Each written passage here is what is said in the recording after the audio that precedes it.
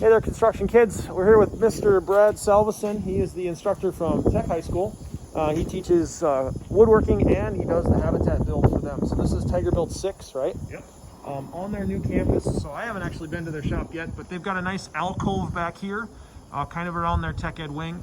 You're saying you have a trailer, you've used it, but really it wouldn't be necessary here because we've got proximity to the wood shop right here. So very similar to us. We've got the ability to pull power and water from the building right over.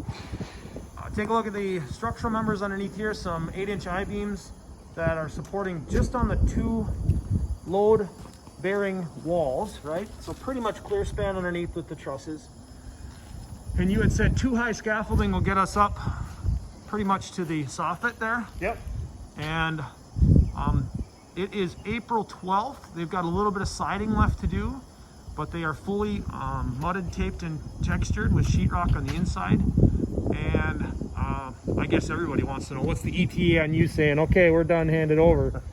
Middle of May. Middle of May. This will be shipped out of here, middle of May. So you're timing it out pretty good for the school year, and considering a pandemic too, working through this year's pandemic. So, any major challenges with this one?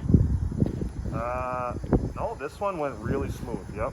This one went really, really well. When we were shut down, the tech college came in and helped us out a little bit. So, we'd actually, if we weren't waiting around for a few things, we'd be done ahead of schedule. Okay. Yep. Okay. Well, we'll tour a little bit inside here. You might ask, what's the big beehive hanging off the back? So there will be a garage built off the back end here, and those are all the wires for the home that will eventually be tied into the panel, and the panel is going to be set in the garage. So until they get the garage built, they can't really put the panel outside, etc. So, and then looks like a little bit more utilities. This is something else to consider, not for you but me. They have gas, natural gas, running into the house so that they can heat and dry it for drywall. So we are going to have to figure out something like that, but possibly a tank on site. So it's all doable. Okay, so this is main entrance here. They're going to probably put some shakes or a different kind of siding on, an accent here. You see our scaffolding on wheels with safety rail up there. As they have to finish out some siding up there. Temporary stairs, so we may have to build something like this to get in. You're on a pretty good slope here though. You got 3 blocks and then some down there compared to the back. So I suppose with scaffolding that's a little weird too. So similar to design to what we saw in the finished TIGERBuild 5. 2 bedrooms up and a bathroom. Yep. And then there will be 4 bedrooms in the basement. 4 bedrooms down.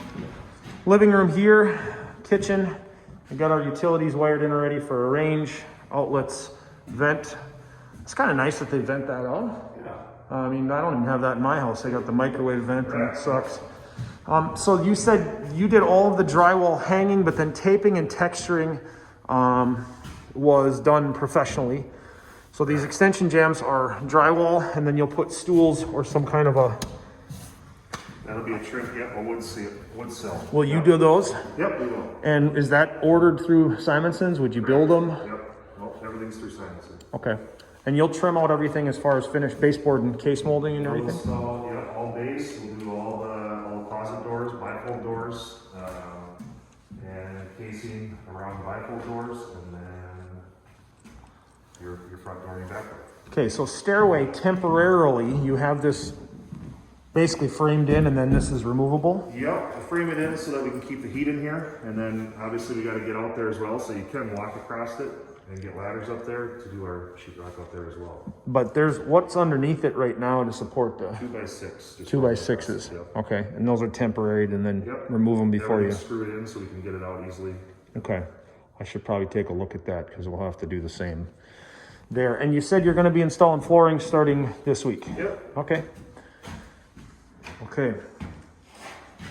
Looks good. This is temporary heat, right? So over the winter, we set a heater here, and this is where they had that gas line coming in. And the heat's necessary, obviously, to work out here, but also to dry this out as they do the texture or the taping and mudding. They have to dry out between coats. So we're underneath the stairwell right now. These are the 2x6s that he was talking about that are toenailed or screwed in, supporting the subflooring. It'll all come out. They've got their floor joists in here. A few more supports in here, and I would guess that's because normally that would be supported by a framed wall down to the basement. So they've got to kind of help that out. We've got a big header there that's carrying a load across between this span to this span, so it would be normally supported. I don't know how that makes the move. That seems like it would be a lot of stress on that, but must all be tied together well enough to be able to do it. So